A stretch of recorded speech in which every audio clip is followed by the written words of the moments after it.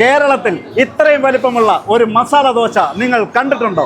അതാണ് ചട്നി മാമിയിലെ ഭീമൻ മസാല ദോശ. ഇത്രയും വലിപ്പവും നീളവുമുള്ള ഒരു മസാല ദോശ എന്റെ ജീവിതത്തിൽ ആദ്യമായിട്ടാണ് ഞാൻ കാണുന്നത് തന്നെ. ഇതിന്റെ പേരാണ് ഭീമൻ മസാല ദോശ. ഏകദേശം 4.5 അടിയാണ് ഇതിന്റെ നീളമെന്ന് ഇവർ പറഞ്ഞത്. ഇതിന്റെ നീളം എന്ന് പറയുന്നത് 4.5 അടിയോളം വരും.